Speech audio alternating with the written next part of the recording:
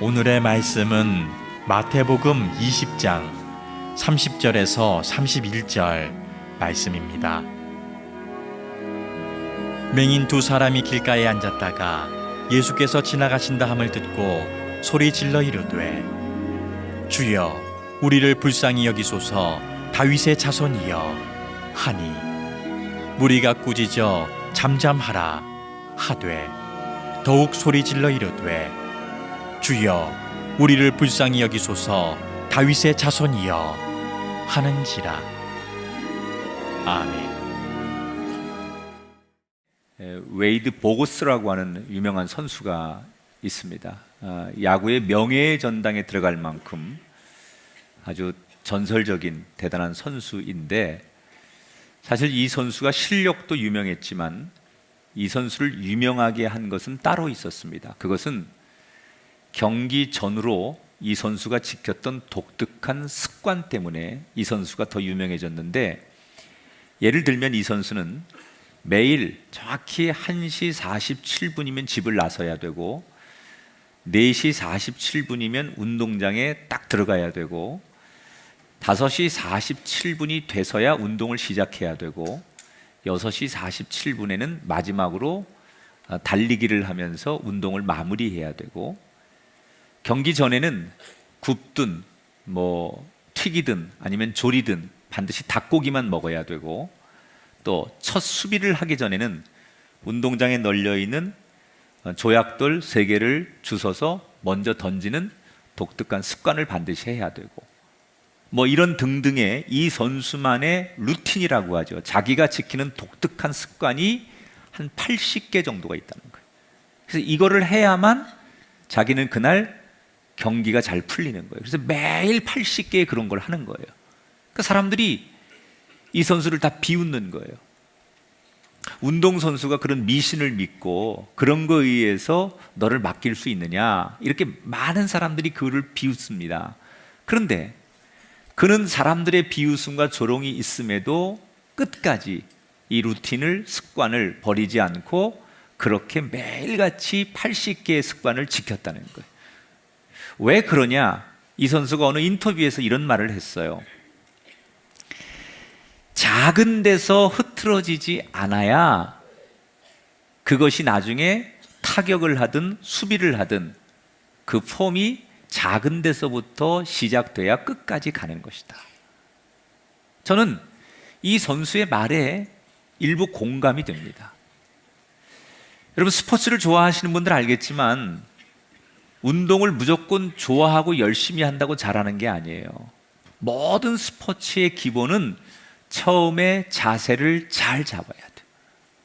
골프 치시는 분들 보면 처음에 빗나간 5cm가 나중에 50m의 차이를 만듭니다. 야구를 할 때 처음에 빗나간 5cm가 나중에 홈런이냐 아웃이냐를 결정하게 돼요. 헬스를 하는 분들이 처음에 어떤 자세로 헬스를 시작하느냐에 따라서 건강해지기도 하고 몸에 부상이 오기도 해요. 어떤 자세로 하느냐, 이게 대단히 중요합니다.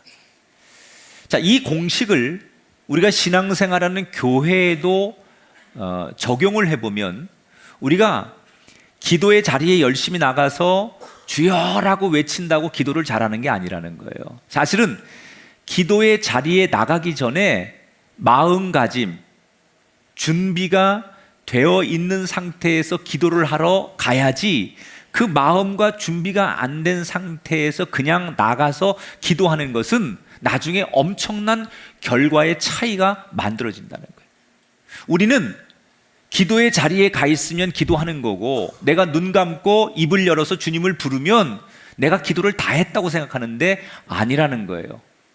어떤 마음의 준비를 하고 그곳에 갔느냐, 어떤 마음의 준비로 주님을 불렀느냐, 이것이 나중에 평범한 기도이냐 아니면 하나님이 기뻐하는 기도이냐를 만드는 차이라는 거예요.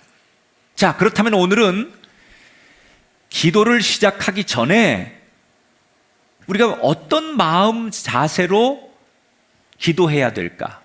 마태복음 20장에 나오는 두 제자와 두 시각 장애인의 이야기를 통해서 오늘 우리가 기도하기 전에 별거 아닌 것 같지만 그 자세, 그 마음가짐이 결국은 엄청난 기도의 결과를 다르게 만든다는 것을 오늘 본문을 통해서 확인해 보려고 합니다. 자, 오늘 본문의 내용은 이런 거예요.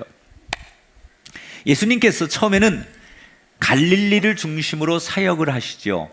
그러다가 사역의 범위가 점점 넓어지고 예수님의 사역의 종착점이 어디냐? 예루살렘이었어요. 그래서 갈릴리에서 시작한 사역이 점점 넓어지다가 나중에 예수님이 예루살렘으로 자리를 옮겨 가시죠. 자, 예수님이 예루살렘으로 자리를 옮기셨다는 얘기는 뭘 말하는 거냐? 예수님은 내가 이 세상에 왜 태어났는지, 그리고 내가 무엇을 해야 되는지, 하나님께서 나에게 원하시는 사명이 뭔지 이걸 정확하게 알았다는 거예요. 세상 살면서 제일 불행한 사람이 누구냐면 깨닫지 못하고 죽는 거예요. 내가 어떤 존재인지 어떤 사람은 이걸 일찍 깨달아요. 10대 때 나라고 하는 존재는 어디서 왔을까? 신은 존재할까? 그 신이 나를 왜 만들었으며 나는 어떤 인생을 살아야 될까? 이런 것들을 고민하고 어느 날 탁 깨달아지면 이건 완전히, 이게 만약에 10대 때 됐다면 그 인생 대박 나는 거죠. 아니 40대 50대라도 늦지 않습니다. 근데 제일 불행한 사람은 죽을 때까지 내가 왜 사는지 모르는 거예요. 내가 어떤 존재인지 모르는 거예요. 그냥 그리고 눈 감는 거예요. 억울하잖아요. 남들 깨닫는 거를 나는 왜 모르고 못 깨달아서 나라는 존재, 내가 무엇을 위해 살아야 되는지 모르고 그냥 눈 감고 가야 될까? 이거 사실은 너무 허무한 거란 말이에요. 근데 예수님은 적어도 내가 이 세상에 왜 왔고 무엇을 해야 되는지 알았기 때문에 예루살렘을 향해서 갈 수 있었다는 거예요. 예수님이 예루살렘을 향해 가는데 제자들, 많은 여인들, 그리고 그 뒤에는 이미 예수님을 좋아하는 팬들이, 군중들이 예수님을 뒤쫓아갑니다. 그때마다 예수님은 따라오는 그들에게 기도도 해주시고 복음도 전하시고 병자가 오면 그들을 어루만져 고쳐주기도 하시며 예수님은 묵묵히 당신이 가야 될 길을 걸어가십니다. 그러면서 예수님이 이따금씩 제자들에게 아주 중요한 말씀을 하셨어요. 내가 예루살렘에 가는 것은 이 땅의 왕이 되기 위해서가 아니라 내가 그곳에 죽으러 가는 것이다. 십자가에서 내가 모든 사람들의 죄를 대신해 죽어야만 이 땅의 영혼들이 살게 되는 것, 그것이 하나님의 뜻이고, 내 죽음은 이 땅에서 죽음이지만 하나님께서 나를 부활시킨다라고 하는 부활의 소망이 있기 때문에 나는 예루살렘에 죽으러 가는 것이다. 늘 제자들에게 예수님은 당신의 종착점 목표에 대해서 제자들에게 자기의 이야기를 해주시는 거예요. 그렇게 하루하루를 지내던 어느 날 예수님이 홀로 쉬고 있는데 그 조용한 쉼의 공간에 한 여인과 두 남자가 예수님을 은밀하게 찾아옵니다. 그리고는 이 사람들이 예수님께 아주 은밀한 상황에서 목소리로 무언가를 부탁하기 시작해. 자, 이 사람들은 어떤 사람들이냐? 20절에 이렇게 소개하죠. 그때 세베대의 아들의 어머니가 그 아들들을 데리고 예수께 와서 절하며 무엇을 구하니. 12제자 중에 야고보와 요한이 있었어요. 근데 이 두 아들을 둔 어머니가 아들과 함께 예수님을 은밀히 찾아왔다는 거예요. 그리고는 납작 엎드려가지고 예수님께 부탁이 있다고 하면서 부탁을 하는 거예요. 정확하진 않지만 어떤 학자들은 이 어머니가 예수님의 친척, 먼 친척이 되는 것 같다, 이렇게 학자들이 견해가 있어요. 이걸 가정한다면 그런 같은 혈육이기 때문에 다른 제자들에 비해서 이 우리 혈육인, 같은 집안인 우리들을 더 좀 잘 봐달라라는 그런 목적을 가지고 쉽게 예수님께 접근할 수도 있었겠다. 자, 예수님께 나와서 이 여인이 부탁한 건 다른 게 아니에요. 아들들의 문제예요. 뭐라고 부탁을 하느냐, 노골적으로. 당신이 예루살렘에 가면 왕이 되실 거 아닙니까? 그러면 왕이 되면 많은 신하들, 스텝이 필요할 텐데 그때 다른 사람들 말고 내 아들 둘을 쓰십시오. 하나는 오른편에, 하나는 왼편에 세워주십시오. 소위 자기 아들들을 높은 자리에, 관직에, 벼슬에 앉혀달라고 청탁을 하는 거예요. 이때 예수님께서 이 청탁을 받고 보일 수 있는 반응이 세 가지예요. 그 자리에서 알았어. 긍정적으로 승낙하는 거. 두 번째, 긍정도 부정도 안 하는 거예요. 곤란하면 하는 거 있잖아요. 하여튼 그때 가서 봅시다. 요거 애매모호한 이런 대답 여러분 제일 많이 하시죠? 세 번째, 단칼에 그 자리에서 거절하는 거예요. 예수님은 이 세 가지에 할 수 있는 대답 중에 어느 것을 선택하셨을까요? 23절에 보니까, 자, 23절, 내 좌우편에 앉은 것은 내가 주는 것이 아니라 내 아버지께서 누구를 위하여 예비하셨든지 그들이 얻을 것이니라.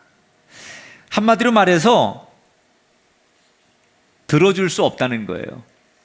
돌려서 말하는 거지만 거절하신 거예요.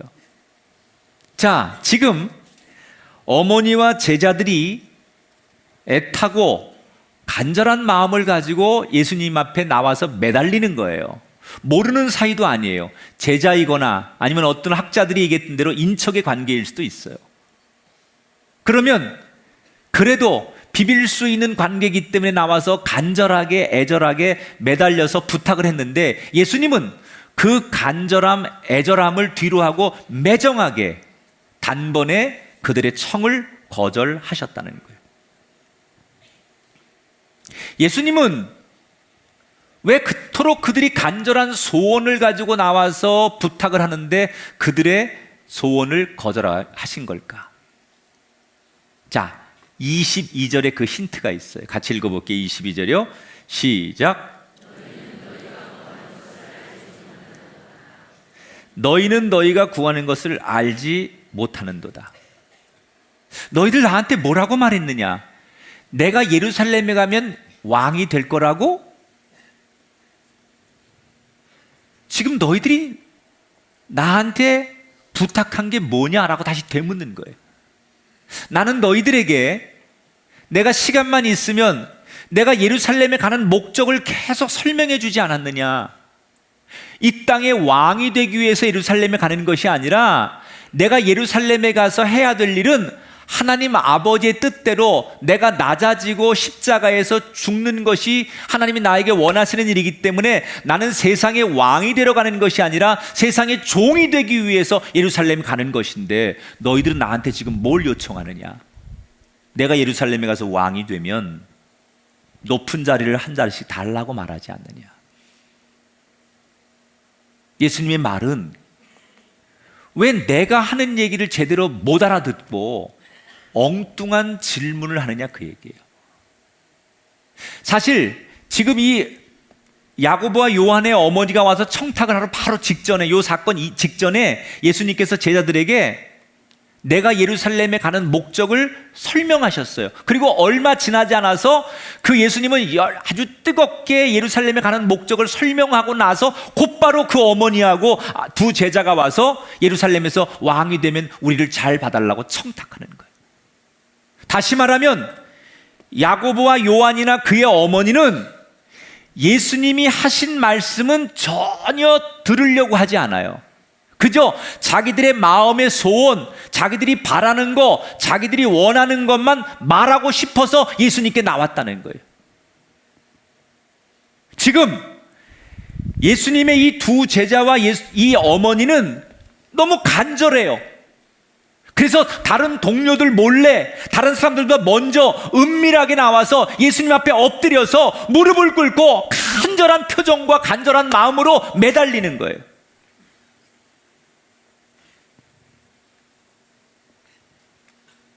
우리가 흔히 기도를 하나님 앞에 나와서 간구하는 걸 기도라고 말해요.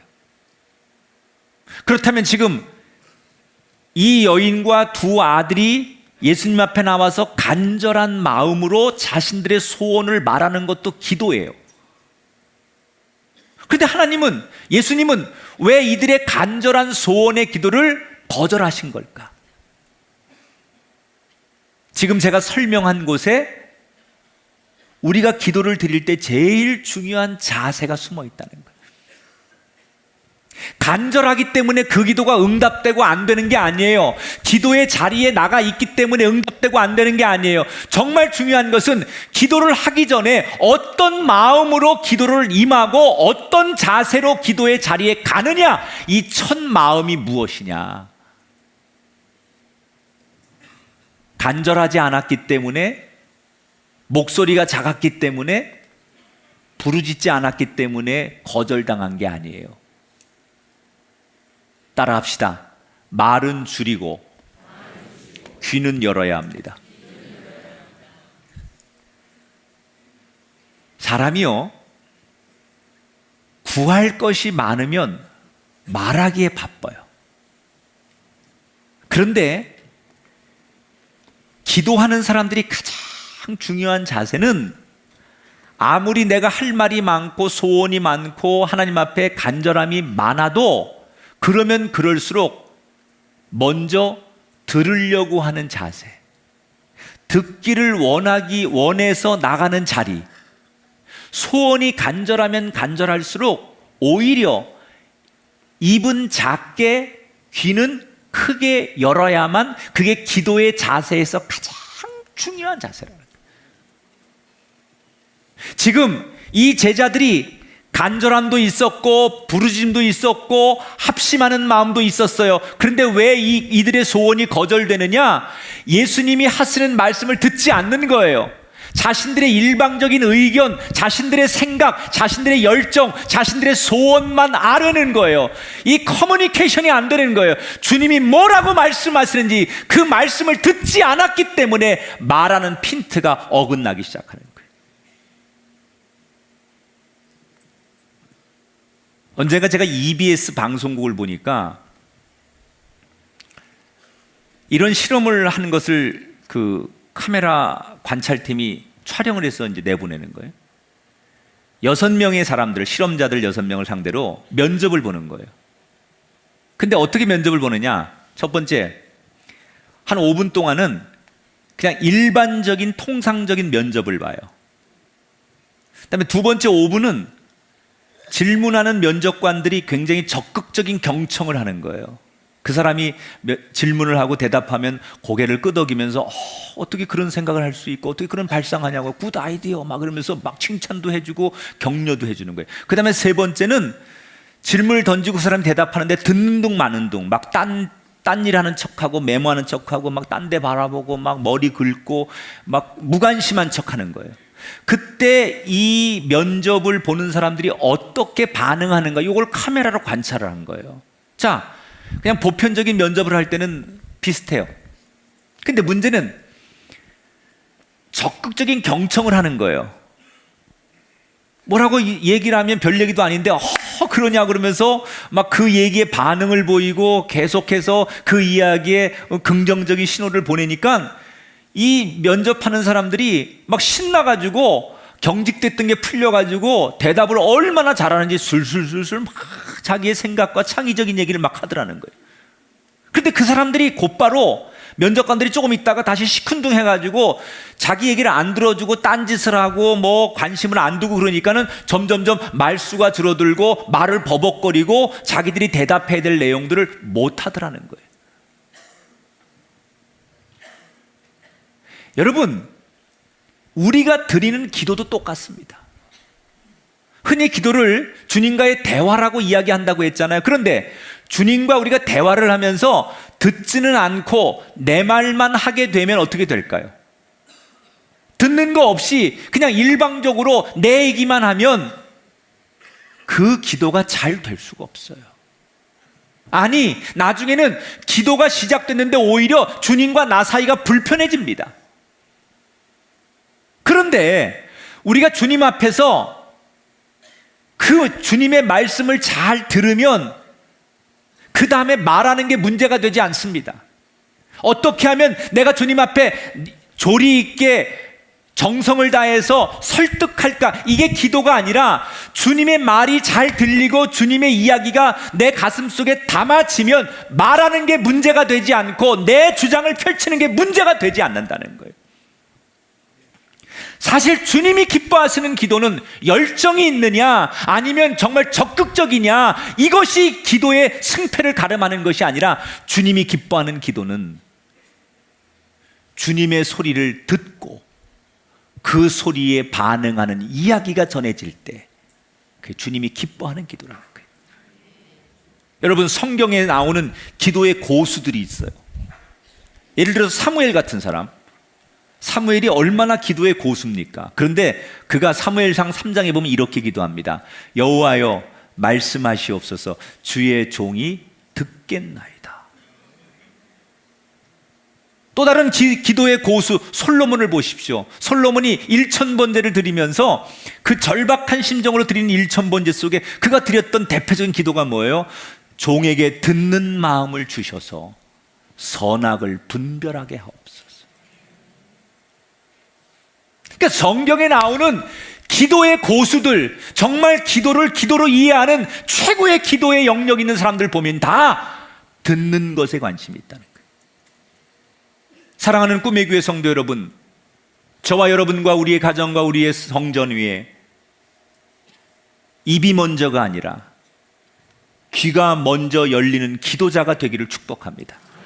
말은 줄이고 우리의 귀가 열리는 기도가 응답을 받는 기도라는 거예요. 근데 대부분의 많은 사람들이 말하는 기도, 말하는 훈련, 내 의견을 관철하고 상대를 설득하고 협박하고 내 이야기를 높이는 것, 이것이 좋은 기도라고 생각해요. 그래서 소리를 피치를 올리고 부르짖고 정말 간절하게 몸을 쓰고 뭐 이런 행위에 대한 거에 관심이 있는데, 사실 가장 중요한 본질적인 자세는 들으려고 하는 기도. 나에게 말씀하시는 그분의 음성을 잘 들을 때, 그때 별것 아닌 그 기도에 엄청난 하나님의 응답이 있을 줄 믿습니다. 첫 번째 중요한 자세, 말을 하려고 하지 말고 들어야겠다 라는 마음으로, 그 자세로 기도의 자리에 가시면 그 기도가 좋은 기도다.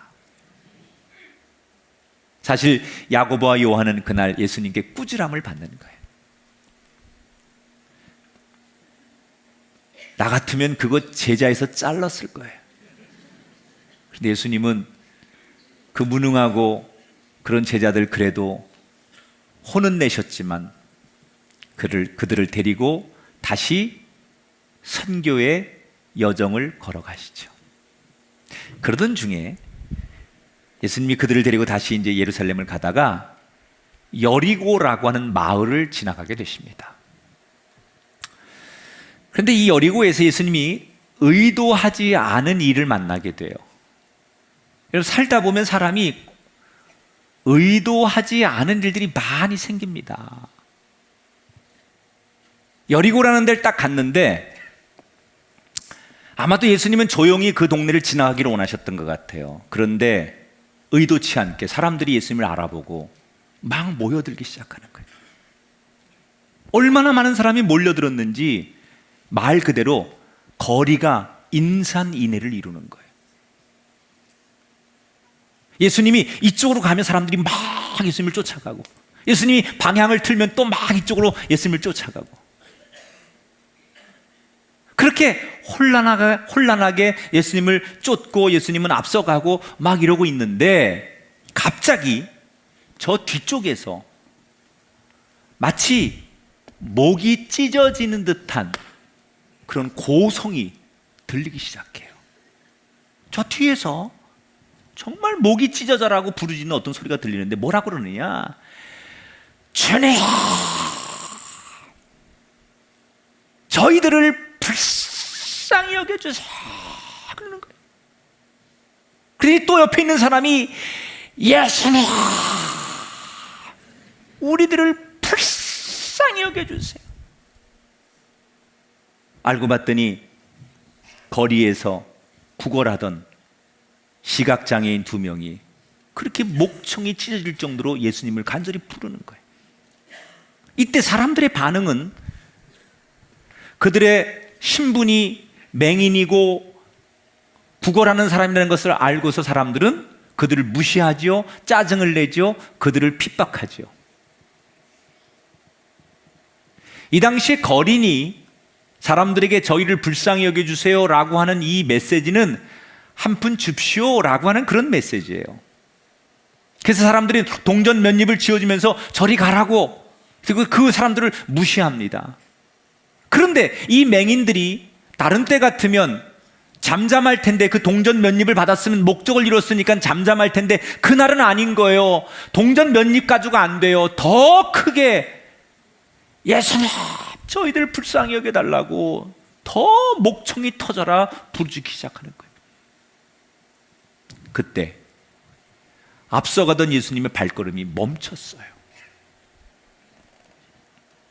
여러분, 난 여러분이 오늘 드리는 기도가, 여러분의 그 기도가, 여러분의 찬송이, 여러분이 드리는 이 예배가 앞서가던 주님의 발걸음을 멈추게 할 수 있는 기도와 찬송과 예배가 되기를 축복합니다. 적어도 우리가 그런 인생은 돼야죠. 주님을 불러서 가시던 걸음이 멈춰지게끔, 그리고 돌아서서 그 맹인들을 바라보셨던 것처럼 우리를 향해 바라보시고 오실 수 있게 만드는 그런 기도가 돼야 되겠다. 예수님이 다시 되돌아 그 시각장애인들에게로 오시더니 점잖게 묻습니다. 여보시오, 당신들 무슨 소원이 있기에 나를 그토록 간절히 부른단 말이오. 그러자 이 시각장애인들이 주저없이 외칩니다. 저희는 보기를 원합니다. 여기서 여러분 중요한 거, 주저함이 없었어요. 망설임이 없었어요. 고민의 흔적이 없었어요. 예수님이 그들에게 물었을 때 정말 준비했다고 생각할 정도로 완벽한 대답을 내놓습니다. 선생님, 저희는 보기를 원합니다. 난 오늘 이 예배가 예수님에게 주저함 없이 여러분이 고백해야 될 소원이 오늘 주저함 없이 쏟아지는 예배가 되길 주의 이름으로 축원합니다. 그때 예수님께서 그들의 소원을 들으시고 34절에 이렇게 말씀하십니다. 예수께서 불쌍히 여기사 그들의 눈을 만지시니 곧 보게 되어 그들이 예수를 따르니라. 그들을 긍휼히 여기셨다. 제가 늘 강조하지만 우리는 하나님이 우리를 긍휼히 여기는 게 은혜예요. 최고의 은혜 중에 최고의 은혜는 하나님 앞에 우리가 불쌍히 여겨지는 거예요. 긍휼히 여김 받는 거예요. 부모가 자식을 긍휼히 여기고요, 자식이 부모에게 효도하는 최고는요, 우리 부모님 고생하는 거 그거 아는 거예요. 불쌍히 여기는 거예요. 우리 아버지, 우리 엄마 평생 나 뒷바라지 하느라고 고생하셨지. 이런 긍휼한 마음을 갖는 거, 이게 최고의 은혜야. 목사도 좀 긍휼히 여겨봐. 예수님이 이 시각장애인들을 긍휼히 여기셨어요. 그리고 따뜻한 그 손으로, 신비로운 그 손으로 그들의 눈을 만져주셨어요. 그리고 그들의 소원대로 그들을 고쳐주셨어요. 여러분, 모두가 이 맹인들의 외침을 무시했습니다. 예수님이 맹인들이 가려고 했더니 선생님 바쁜데 저기까지 가실 필요 없다고 선생님의 길을 가로막았습니다. 그런데 예수님은 오히려 그 맹인들에게 갔어요. 자, 재밌지 않습니까? 이 앞에서는 제자들이고 간절하게 부르짖는 그 어머니와 제자들의 기도를 거절하셨어요. 그들의 소원을 거절하셨어요. 그런데 모두가 뜯어 말리고 모두가 무시하고 상대해주지 않는 맹인들의 기도는 들어주셨어요. 제자들의 간절한 기도는 안 들어주시고 길 가는 맹인들, 시각장애인들 모두가 다 말리는 사람들에게 오히려 예수님이 먼저 가서 그들을 고쳐주셨어요. 왜? 제자들의 기도는 외면하시고 시각장애인들의 기도는 들어주신 걸까? 무엇이? 다른 결과를 만들었을까? 그 힌트가 31절에 나와요. 같이 읽어봐요. 주여 우리를 불쌍히 여기소서 다윗의 자손이요. 자, 이 사람들은 예수님을 뭐라고 불러요? 선생님, 뭐 예루살렘의 왕이 되실 분이 이렇게 부르지 않아요. 다윗의 자손이요. 이 말은 메시아, 다시 말하면 구원자, 당신은 이 땅에 우리를 구원할 메시아 구원자십니다, 이렇게 불렀다는 거예요. 근데 이 사람들이 이 용어를 어디서 알아들었느냐? 어떻게 알았느냐? 구약에 보면 이사야 선지자가 이 땅에 메시아가 오게 될 것인데 그분은 소경의 눈을 뜨게 할 것이다, 이런 그 이사야 선지자의 예언이 있어요. 그러니까 많은 사람들이 그 구약의 율법을 그 당시 예수님 시대에 그것을 읽고 그것을 낭독하고 그것을 이야기할 때 이 시각 장애인들은 비록 눈은 안 보였지만 귀가 발달해서 그 이야기를 들었을 거예요. 특히 메시아가 오면 소경의 눈을 뜨게 할 것이라는 이사야 선지자의 이 얘기를 들을 때마다 그게 자신들의 이야기인 거예요. 그래서 늘 그 이야기를 메시아가 오면 소경의 눈을 뜨게 한대, 메시아가 오면 우리의 눈을 뜨게 한대, 이 이야기를 늘 들었던 거예요. 그리고 기억했던 거예요. 근데 사람들이 예수님이 얘기를 하면서 그들의 마음속에 저 예수님이 메시아라는 확신이 드는 거예요. 그렇다면 내 눈을 뜨게 할 수 있겠다라는 믿음의 확신이 왔기 때문에 주저함 없이 보기를 원한다고 말했던 거예요. 다시 말하면 이 시각 장애인들의 장점은 뭐냐? 그저 예수님을 한 푼 동전을 줄 수 있는 그런 대상으로 본 게 아니라 예수님이 어떤 분이고 무엇을 할 수 있는 분인지 정확하게 알았고 정확하게 바라봤다는 거예요. 두 번째, 좋은 기도가 되려면 어떤 자세로 기도의 자리에 임해야 되느냐? 내가 기도하는 하나님이 어떤 분인지를 잘 알아야 된다는 거예요. 물론 하나님을 잘 모르는 상태에서도 하나님을 외칠 수는 있어요. 그러나 여러분, 기도가 대화인데 대화를 할 때 상대방을 알면 효과적인 대화가 되지만 상대를 잘 모르면 효과적인 대화가 안 돼요. 하나님이 누구신지, 뭘 좋아하는지, 어떻게 하나님을 만나야 되는지 하나님에 대한 속성, 하나님에 대한 이해가 전혀 없으면서 그저 우리의 소원과 우리의 바램만 가지고 하나님을 그냥 맹목적으로 부른다는 거예요. 그 기도가 아무리 열정이 있고 아무리 부르짖고 아무리 오랜 시간 동안 외쳐도 하나님을 잘 모르는 상태에서 기도하면 그 기도의 대화는 효과적이지 않다는 거예요. 하나님이 누구인지 날마다 알아야 돼. 근데 그 하나님을 아는 가장 좋은 방법은 뭐냐? 말씀이에요. 그래서 우리가 말씀이 없는 기도, 말씀을 듣지 않고 나는 기도만 열심히 해, 말씀을 이해하지 못하고 말씀이 뭐라고 하는지, 말씀 속에서 하나님이 우리에게 어떤 걸 말씀하시고 무엇을 우리에게 요구하시고 무엇을 하나님이 영광으로 원하시는지 전혀 말씀에 대한 이해 없이 그냥 기도만 열심히 하는 사람들, 신비로울 수는 있어요. 소위 은사는 나타날 수 있어요.